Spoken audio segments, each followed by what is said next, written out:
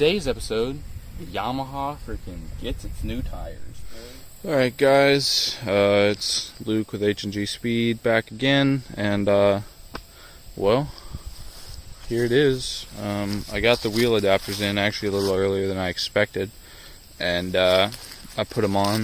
I figured I'd show you guys and show you what I had to do to get them to fit and all that stuff. So the reason this is kind of budget, as I think I mentioned in the last episode, is the fact that I already had these tires, and so they were free to me. I think 2 of them leak. Not really a huge deal. So I ordered the adapters. They were about $150 shipped. Wasn't too bad. They came in less than a week. So that's why these lugs are so freaking long. Like, they are huge. And yeah, I mean, the adapters work. You can't really see them up front because of the drum brakes, but yeah. And then you can see, I think you can see, I might be able to get it from behind. The back is definitely skinnier than the front. Oh yeah. And this is even with extra 2-inch spacers on the back that I didn't have before. So you can see right back there, I had to stack spacers and the adapters to get these wheels. So I cut that foot brake cable up there that attaches to here because it's got a hand lever. And I mean, I use the foot brake on my Raptor. I never ever really use the foot brake on whatever this is, utility quad. That's the word. So I didn't really care, but the adapters would have made it wide enough that I wouldn't have had to do that. But the reason I needed the adapters so bad, like with or without it looking ugly, is I was starting to rub on my muffler. Let's see, focus. There we go. Yeah, I was starting to rub on my muffler. I added this piece to my muffler also, so I wanted to make sure I could clear that with no real issues. So I'm glad I did that fender delete, because they wouldn't, I mean, both the mounts on each side for the fenders are broken, so they kind of just bounce around anyway. I'm probably actually going to trim this piece off. I might go that high. Not really positive yet. I mean, I'm kind of just having fun on it right now. So, I don't know. And I might even order another set of like 1-inch spacers for the back to try and make it flush. I don't know. I might even need the other set of 2-inch spacers I have laying around. But we'll see. So, well, and before I go take it into bog over yonder and give it a test, I want to talk about the future plans for this quad and or what's going to be going on my channel. So well, H&G Speed, as you know, or you may know, was started doing S10 videos on my buddy's S10. He's gone, he's moved on, whatever. And I do have a truck that I plan on revealing for starting on a build soon, but quads is what I'm kind of focusing on right now. So that's as far as quote unquote channel updates. So as far as plans for this quad, this stupid thing, I don't know why the previous owner would have put that on there or what the crap, but it's welded all the way over there and possibly on the bottom of it. I want to cut that off because I eventually want to repaint the racks because they're in pretty decent shape. I think the previous owner re-welded them there and there. It doesn't exactly look factory, so yeah, those are re-welded. I repainted this bumper with like spray on bed liner and it did okay. I probably won't repaint the bumper because it doesn't look nearly as bad as the freaking racks, but yeah, I want to do that. I also want to try and restore the plastic because it's supposed to be like, it's kind of hard to see. It's supposed to be like that color, but it's like that color, and that could be fixed, I think. So we'll try that. Snorkel, probably gonna do a top end on this. And the reason it leaks around the freaking case is these lovely boys. Freaking Phillips head screws on it, and it annoys me to no end. I also need that bolt. Whatever. I don't even. If someone knows in the comments what this does on the side of a Timberwolf, it says increase and decrease, and you can turn it. I don't know if that's like the stall on the clutch or what, but if someone could let me know, that would be great. So I'm missing some bolts, and that's why it leaks. And I'm gonna try and find, because some of them broke because I had to freaking. Those were a pain in the butt to get off, because it actually has a EBC Dirt Racer clutch in it. I think that's what it's called, because the clutch was slipping. So I figured I'd do it, and it, like, Phillips head screws took forever.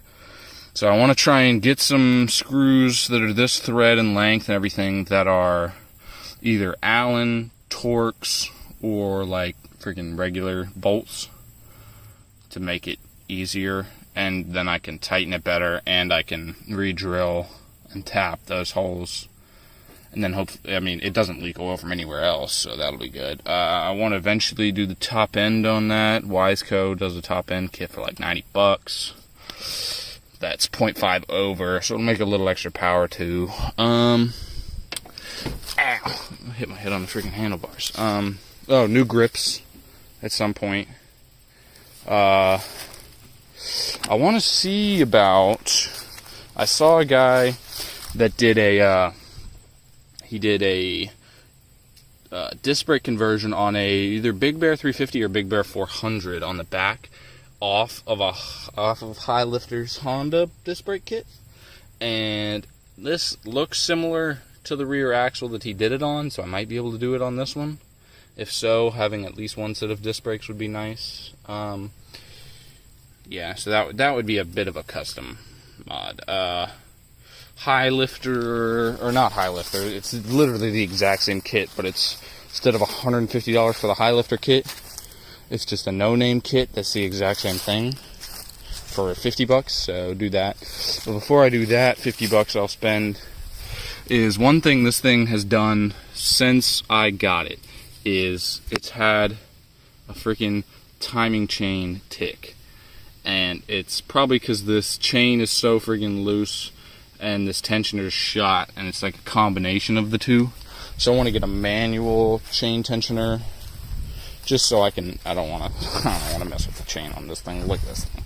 Look at this. Look at this thing. Does this look like something that I'm about to freaking put a new timing chain in, and thus I'm taking the engine apart to do a top end anyway? No. Let's be real here, folks. More plastic trimming, and then maybe custom foot pegs.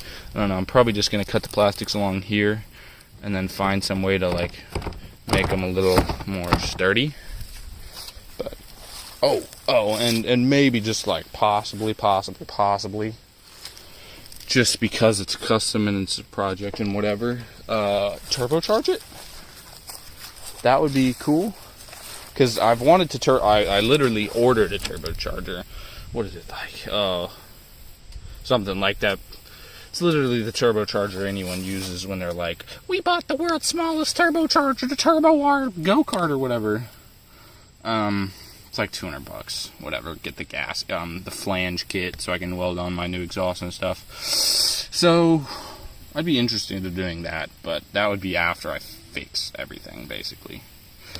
But I also don't know how much I'm going to be fixing in the meantime on this, because sooner or later I'm going to be revealing my truck project that I want to start making a little more reliable, get rid of some of the rust it has, yada yada yada. I mean, it's not super important right now because I still only have my learner's permit, but I want it to be ready to go for when I've got my drivers. Yeah, so that was a lot of rambling, almost freaking 10 minutes. Let's take it through the bog.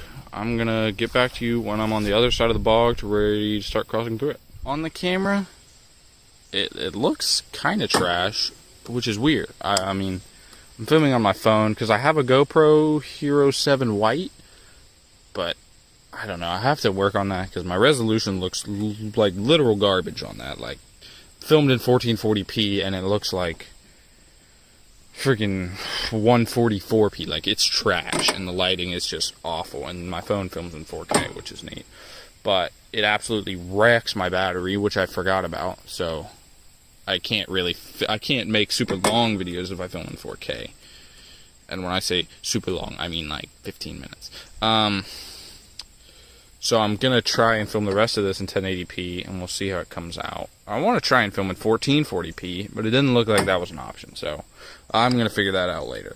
But I'm filming in 1080p, 60 frames a second, so see how this goes. Getting ready to drive through this whole thing. I've done it once or twice before, and like I basically know it'll make it, but I want to show you on video, so let's go.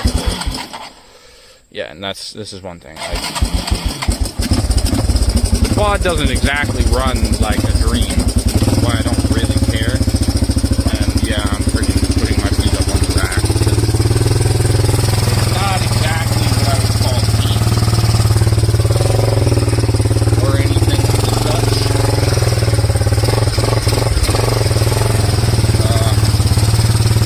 But independently, I'm in first gear.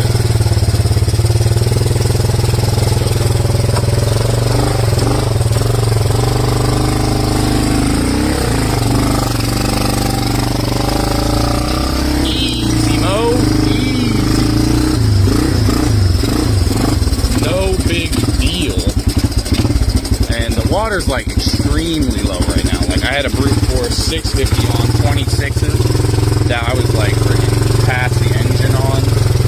Normally this bog is a lot deeper, but it hasn't rained in a while actually, so it kind of is what it is.